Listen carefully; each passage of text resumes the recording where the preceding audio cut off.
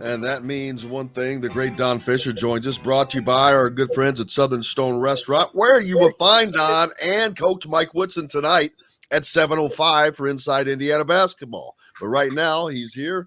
And, man, they get a great win, or they get a much needed win at Minnesota, Don. But as usual, they do it in exciting fashion. Well, if you want to call that exciting, I guess you can. It was not a very good last 8 minutes for this Indiana basketball team. I thought they played terrific in the first half. Obviously, they had a 7-point lead at halftime. You're battling a team that is playing their senior night game at Minnesota last night. And I liked the way Indiana played. I thought their defense was really good, even though they allowed Minnesota to shoot much better in the second half. But nevertheless, I thought they did a nice job in the defensive part of it. And I thought their offensive play was really good in the first half. And they got great performances off the bench. Obviously, Xavier Johnson right now is just playing terrific basketball, the best he has played all year in the last 2 ball games. His performance against Maryland was spectacular. I mean, he missed 1 free throw out of all the shots that he put up, knocked down threes, had great assists in the ball game. Probably should have had 2 more assists in that Maryland ball game than he was credited for. In fact, I think he could have had 3. I think the scorekeeper screwed up on 1 of his assists early in the ball game and should have had an assist there, but they didn't give it to him. And then Race Thompson dropped 2 passes that he thrown to him, and they gave the turnovers to him, to Xavier. But all that said, the difference in this ball game was what Indiana was able to do in the Minnesota game is to build that lead to 27 because they needed almost every point of it to win the ball game. Absolutely. And I'm looking at the stats, though. In Indiana, first half, they shoot 50% from 3-point. They 53% from the field. The second half, they shoot 58% from the field, 44% from 3. And the game, they shoot great numbers, 58% from the field. But yet, man, Minnesota was able to make that crazy run because of hitting some unbelievable 3-point shots. I know that there were 2 where one, Xavier Johnson was right in the guy's face. He stood flat-footed and just nailed it. And then on the other side, they did the same thing. I'm like, oh, geez. So you're going to have that sometimes. But, man, that got just closer. But and amazingly, Xavier Johnson would end up taking more shots from the field than Trace Jackson Davis and Race Thompson combined. Everybody kept thinking, oh, this is just throwing it in. No, this game was won by – you've got Miller Kopp scoring 10 points. Right. You've got Stewart adding 5. Rob Finney, 8 points in 9 minutes, no less. Right. And then Geronimo and Bates, actually. Geronimo throwed in 10 and Bates with another 5. So this is probably one of the most well-rounded performances by the team as far as contributions. Absolutely. Everybody that played in this ball game contributed. That's what you can say about it. And that's the positive that you're seeing at this point in the season that you've got to have. You've got to have people coming off the bench and giving you some excellent minutes. And Indiana got that in a sense, probably I don't know when the last time they had this kind of performance off the bench, but there's no question it hasn't been. They haven't had a lot of those kind of contributions here, especially during the 5-game losing streak that they were struggling with. But the big story in this past week was that Indiana had to break the losing skid. Number one, they did that against Maryland, and then they were able to build on that in a little momentum going into this game with Rutgers, which I think is another must-win game for this program if they are to get to the NCAA tournament. Yeah, Rutgers is funny, ironically, become Indiana as well. They were solidly in the tournament, and now they've lost, I think it's 3 straight. Yep. And they come to Indiana in danger of losing 4 straight because they're probably one seed line above Indiana, as a matter of fact. So they're in danger of flip-flopping if they lose to the Hoosiers. But fortunately for them, their last game is against Penn State, where Indiana has to go to Purdue. But that could potentially, could be a play-in game between these two teams right now. Well, I think Lenardi has both of them as the last four in or something like that. I think that's the case. They're both on the bubble. There's no question about it. Indiana, I think, has to win this game because obviously they're playing Purdue in the last game of the season, and they're playing at Mackey Arena, which is one of the toughest places in the country to play in. And of course, it's a rivalry game, huge rivalry ball game for these two teams. So, and you would expect that Purdue is going to be on their senior night, is going to be playing their best basketball. It's going to be a real test. Not that Indiana can't win it, they can, but they're going to have to play some terrific basketball to do so. And I think going into this game, I think this also is critical for Indiana's psyche, if you know what I mean. You've got to beat Rutgers. It takes you back into that situation where you are probably in the field, maybe off that bubble line, so to speak, for NCAA tournament play if you beat Rutgers in this matchup. I just think this game on Wednesday night is I don't want to say it's the season, but it feels like it could be. It really does. I mean, I truly feel it's a play-in game with Rutgers because I don't want to say this, but there's no expectations for them to go to West Lafayette and beat that Purdue team. Now, I'm not saying that it can't happen. Right. I don't expect it to happen. And no one else does either. So that's not going to hurt them in the eyes of either it's Mike DeCourcy or Joe Lenardi or whoever it is that's putting that out. Right. But yeah, they are expected to beat Rutgers at home. And so from the eye test alone, they have to win this game, but I think that they're more than capable. They've been playing so much better. It's just those crazy end of game situations that is like continue. I'm like, all right, what the hell? Because you look and it's not like that they quit playing defense, but yesterday, I don't know, maybe it was just pure luck of those shots going in, but it's hard to accept that when it has been a continuation of end of half collapses for this team in different manners. It's like, all right, what is going on? And it's hard to put your finger on it because I don't see the same thing happening. No, I mean, think about the Ohio State ball game. I mean, Indiana had to fight their way back into that contest. They were down 11 in the second half of that Buckeye game a couple of weeks ago or a week and a half ago, and they were able to finally get the lead. And they led by 4 with like a minute left.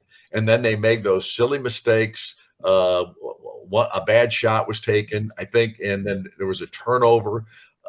Making mistakes like that at the end of ball games, it makes you feel like all the work that you did prior wasn't worth it. It just didn't. And obviously, in that particular situation, they lost the ball game in overtime, and they had a chance to win it in regulation and couldn't get it done. And Wisconsin was similar. I mean, they had Wisconsin. They could have very easily won that Wisconsin ball game. They end up losing by 5. So all of these, and of course, we go back to the Northwestern ball game, which, the suspensions, the 5 suspensions, 5 players being suspended in that game. You can go back and look at this season, and you could pick out a team that probably could have won 5 or 6 more ball games had they just done and finished like they're supposed to. And this team has struggled to finish this year in many, many ball games. Yeah, Charlie Miller joins us now. Charlie, how are you, sir? I'm doing well. How you guys doing? Good. So you saw the game yesterday. What were your thoughts? I did not, so I apologize, man. I'm actually in my own world, and I want to make sure that I let you guys know I did not watch the game.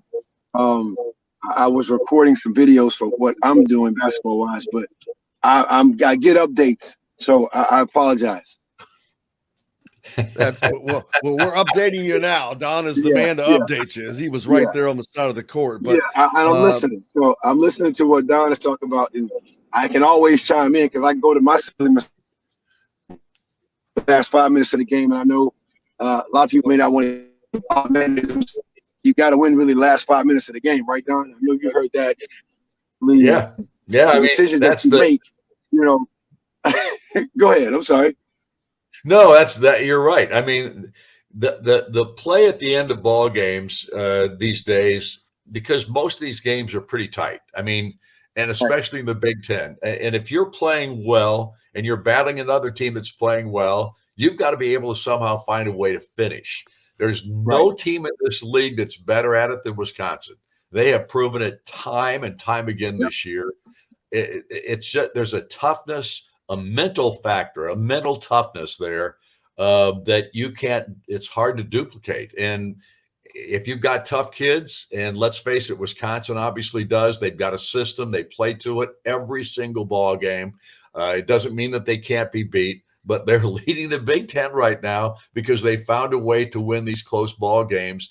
And I think that's as much as physical. I think it's even more important mentally. And I feel, and you know, that 4-to-1 ratio Coach Knight always talked about, and I know I live it daily. It is, because now that comes down to game management and how aware are you of what happened last possession. That to me is crucial. And I mean, I know as a 19, 18-year-old, you're in the moment. You're not really thinking about that game strategy, but it's crucial. Teams like Wisconsin, you have the confidence because you're comfortable because you've done it. You've been down 18, 19, 20 and won games by 6 or 7 points.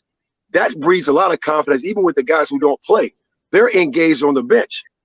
Versus now, you know, we have a team like us who's learning. We're in this learning experiential experience thing as far as learning how to close out games, but you're making too many mental mistakes towards the end of the game. But I think it all comes down to what happened last possession. Can you continue to do what's working and get away from what's not working? Right. That's just my take.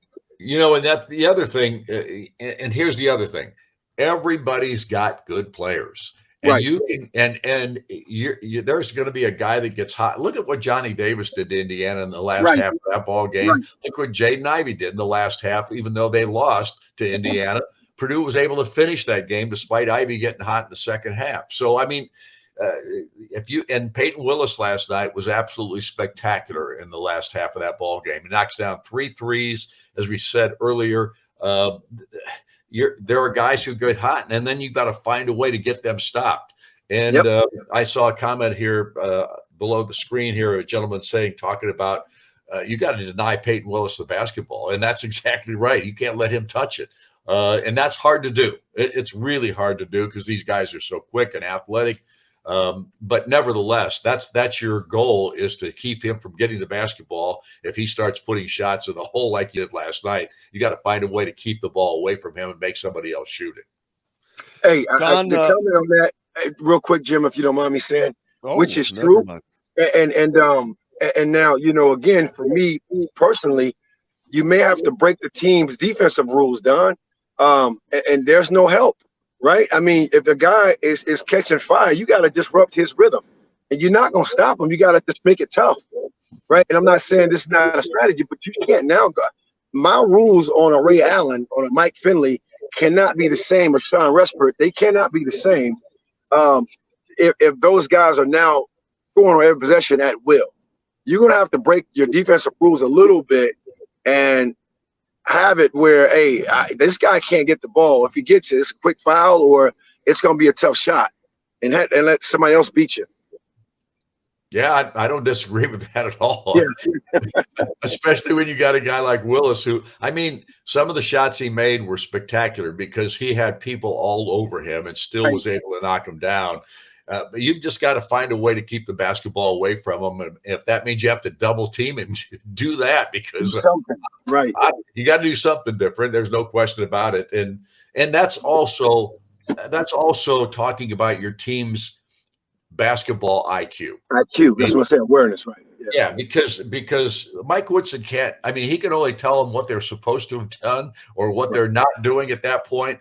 They've got to be able to execute those kinds of things, and they have to know the game well enough to know you've got to find a way to get this guy stopped, whatever that may take. If you got to put him at the free throw line rather than let him take a 3-point shot, then do it. Yep. Up next, Rutgers and Ron Harper Jr. coming into Bloomington here on Wednesday night. Don, the final test. Not just Ron Harper Jr.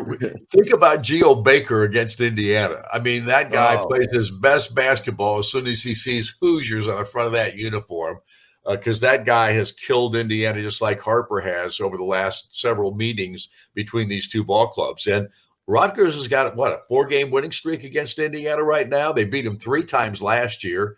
And then 2 years ago, they beat them in the last time they met in that ball game. So we're talking about a team that's had Indiana's number, and Steve Peichel does a terrific job, as everyone knows. And I know they've got a 3-game losing skid going on right now, but trust me on this one. They know how important this game is to their season, just as Indiana knows how important it is to theirs.